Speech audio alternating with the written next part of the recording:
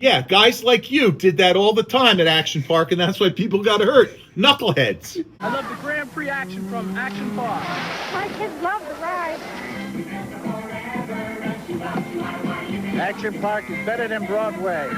It certainly was. You've heard the stories. There were plenty of thrills, but also plenty of spills. But ultimately, so what really happened? Today, we sit down with the founder's son, Andy Mulvihill, to hear his side of the story. Let's jump into the action. Great being here. This is so exciting. Yeah, so before we dive into the rides and stores, could you tell us how your father came up with the idea for Action Park? Well, my father was a serial entrepreneur. He was interested in pursuing a lot of different things. And he loved sports, and he lent some money to some guys that had a ski area called Vernon Valley. And when they couldn't pay him back, they said, sorry, we can't pay you. Here are the keys. So they gave him the keys to the place. So all of a sudden he was in the ski business. And he looked at the business and he said, wow, I'm paying taxes and I'm paying the mortgage for this place. And it's only being used 4 months a year. What do I do with it the rest of the time?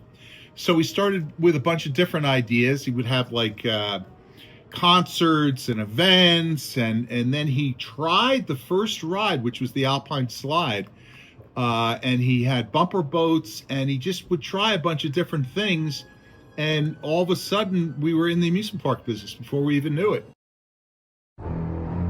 This guy was, I think he was in the conveyor business, and he came up with this idea of building a track from the top of the mountain on down that would, go back and forth, and putting a ball on it and have the ball go down the track, but you'd put a person inside the ball, and it's actually so that the person didn't get spun all around. You put a ball inside the ball, and so there was a ball with ball bearings around it between the inner ball and the outer ball, and you could get it in a chair, and the theory was that if it was weighted right, you would stay upright as you went down. So anyway, the guy showed up and he wanted to do it. My father made a deal with him. He said, go ahead, build it over here. Guy starts to build it. He's using PVC pipe for the track. It's going along. He gets a part done. He puts the ball on with some sandbags, sends it down. If it stays in the track, he goes further. If it doesn't, he takes it apart and redoes it. The whole thing got built, and we had the state inspector come to check it out one day. And what happened was it was the hottest day of the year. It hadn't been hot at all. And the heat made the PVC pipe expand. So when the guy got in it to test it and went down, halfway down it, the PVC track fell apart and the ball released. And rather than going down the hill like that, it went straight down, and it went over Route 94 down into a swamp. Down into a swamp. Yeah, and it almost, thank God it didn't get hit by a car. I think the guy broke his arm that was in it. I'm glad he didn't get hurt any worse, but the inspector said, we don't think this ride is going to fly, so that one did not go well. So when there were accidents, was it because of the rider had like a skill issue, or was it the design of the ride? I could tell you, I would have guys come up to me, young guys come up to me, and they'd say, sir, how deep is the water? And I wouldn't even tell them how deep, because they didn't even know what 12 feet deep is. I'd say, it's over your head, don't jump in, go in the shallow end. I'd turn around, the kid would jump in and start to drown. It happened all the time. The Alpine Slide, gave quite a few people quite a few burns, because the Alpine Slide was a cart, and it wasn't completely stable, so you could fall over, and when you put your arm out on the slide, it would give you a burn. So there's a lot of guys and gals that got burns from that Alpine Slide. They actually, I think it got to be known as the Action Park Tattoo. But I tell you, it was an awfully fun ride. But you could get a burn. I never got to experience that because obviously it wasn't live, but I did experience the kind of new roller coaster version. And one time, me and my friend, I was like, okay, you stop on the track and I'll come in and slam into you. And that was something. Yeah, guys like you did that all the time at Action Park, and that's why people got hurt. Knuckleheads.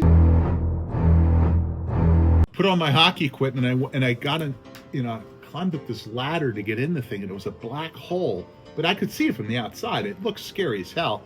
He's like, Andy, go down. And whatever my father told me to do, I did. So I jumped in the thing, And oh my gosh, it was so discombobulating. I mean, you lost sense because it was pitch dark, and you go up, and first of all, when you're going down, you're going really fast, and then all of a sudden you hit the upslope, and your stomach drops through, and it's dark, and you're spinning all around, and then all of a sudden you came out, and I was like, it's like, was it fun? I'm like, yeah, it was great. It was really more of a ride to survive than enjoy. One night I had my friend Adam Tracy from Stanford.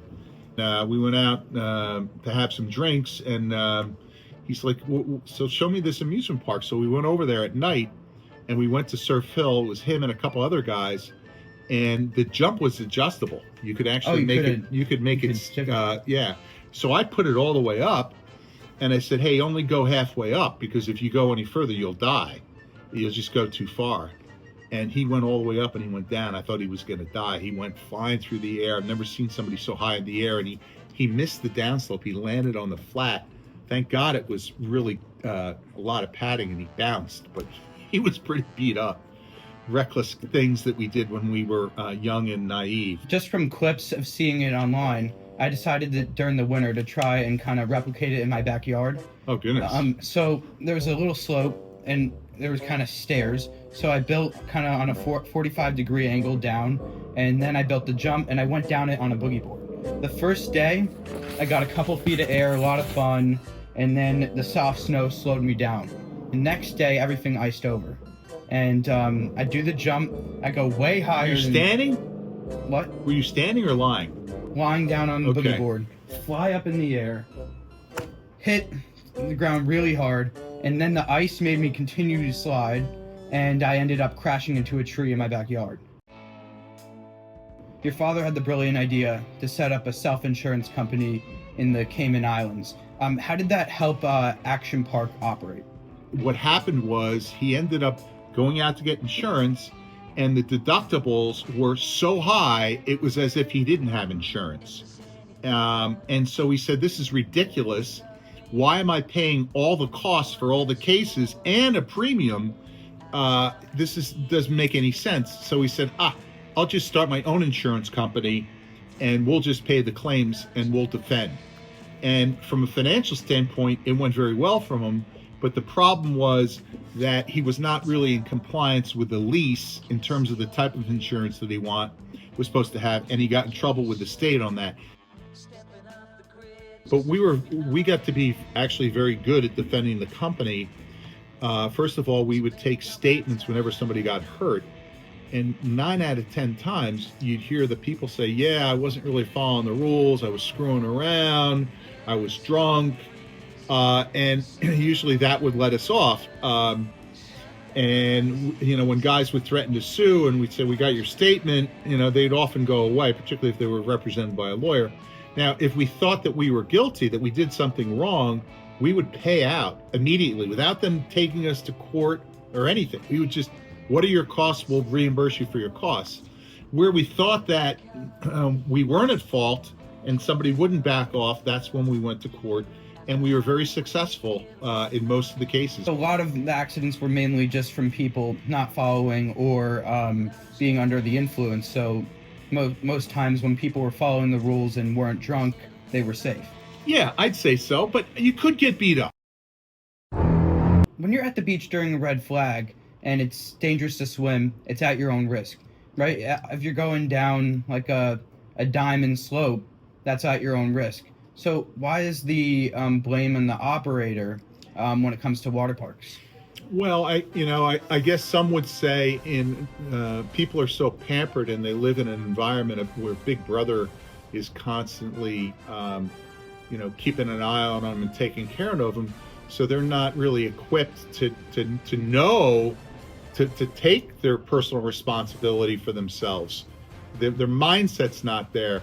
And they just go off reckless thinking, well, I can just go on this thing. I don't need to read the instructions and I can't get hurt. I saw a ride that I was going to buy which was a huge blow-up ride with a jump. And you flew through the air and landed in an airbag. And we brought it out to the park to try it out. And I had like 50 people go on it. And one girl got hurt. And I said to the operator, I'm like, somebody got hurt on this. She goes, what do you think? When you throw people in the air and they land on an airbag, they can get hurt. And I'm like, I'm not dealing with it. I mean, it's just, I don't have the stomach for it. And the world has changed. It's much different now than it was, It's gotten to be ridiculous how regulated society is, how regulated New Jersey is, to the point where, people are not opening businesses in New Jersey. Were there any rides you tried building that the state just wouldn't let you at the time? No, I mean, we wouldn't. Were there any rides that we had ideas that we'd like to do that the state kept us from doing? No, because when we would put rides in, and we would, have to get a state approval. The guys wouldn't know what to look. They wouldn't know what to look at. They'd be looking at something stupid when they weren't focused on what was the real issue, because they just didn't know. It was, when we were pioneers in the beginning of the industry, it was a real challenge. So looking at our beautiful surroundings here, many people love vacationing at Crystal Springs. What exciting things can we see in the future here? Oh, I think that you'll see, you could see another hotel. We're looking at the idea of a wellness hotel here. You're going to see another restaurant. We're going to open up a big restaurant in the Grand Cascades Lodge. We have an undersized one now. You're going to see improvements to the golf courses. You may see cabins over at Ballyowen. Cabins. Golf cabins for guys' golf getaways.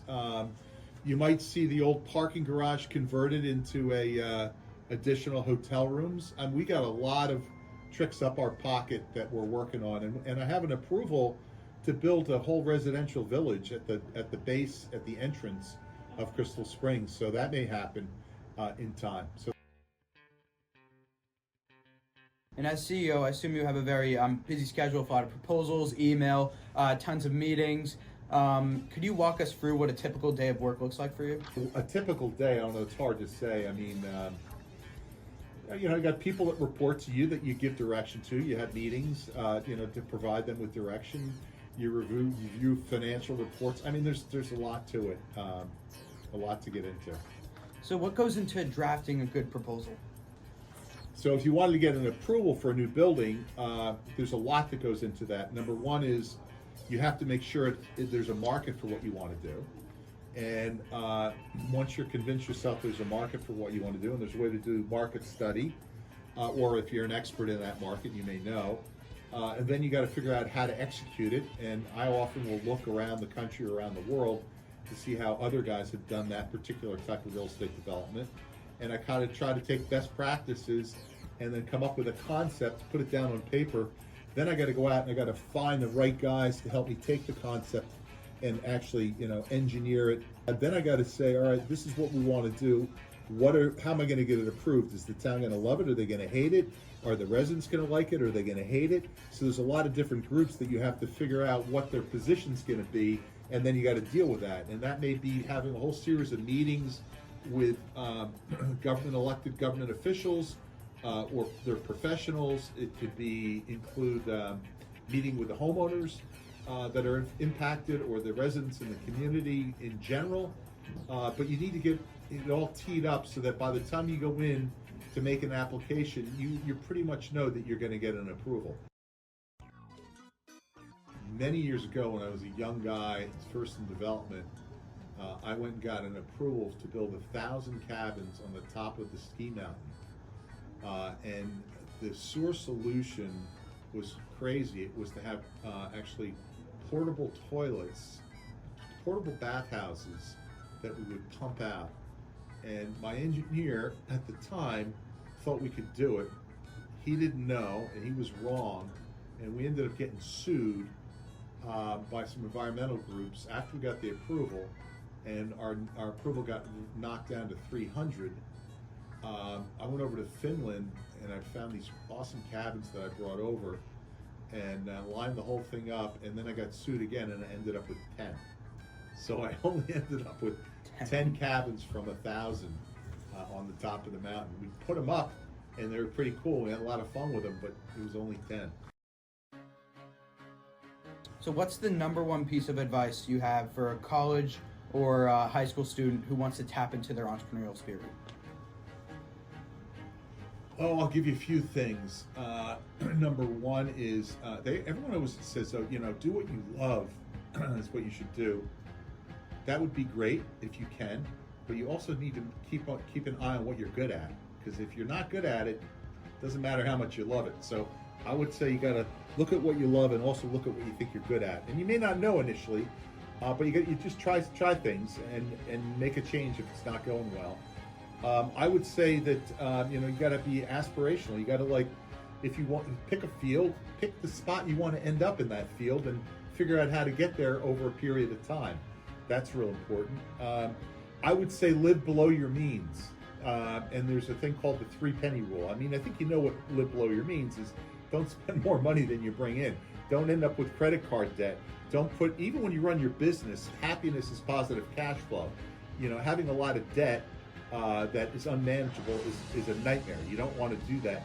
But the 3 penny rule and how you conduct yourself personally is the first penny you make, you have to spend on your rent, or you're paying your mortgage or your house, right? And food and your car and gas for the minimum living expenses. The second penny you make, you should put away and dig a hole and bury it and put it in there and don't touch it until a rainy day or till you retire. And the third penny you make, you invest. And it could be in stocks and bonds or commodities, or it could be in your business. But if you live by that, if you do that, if a third of your money goes to your living expenses, a third of it puts away for a rainy day, and a third of it is invested, you'll become ultimately very rich. And very few people have the discipline to do that. But those that do, and a friend of mine actually, who I used to play soccer with, I hadn't seen in 20 years. I saw him recently. He said, "Andy, I live by the 3 penny rule, and it served me very, very well." I've lived by it. It served me very well, too. Thank you so much. It's a pleasure having you on. All right, you got it. Well done. Comment down below if you've been to Action Park.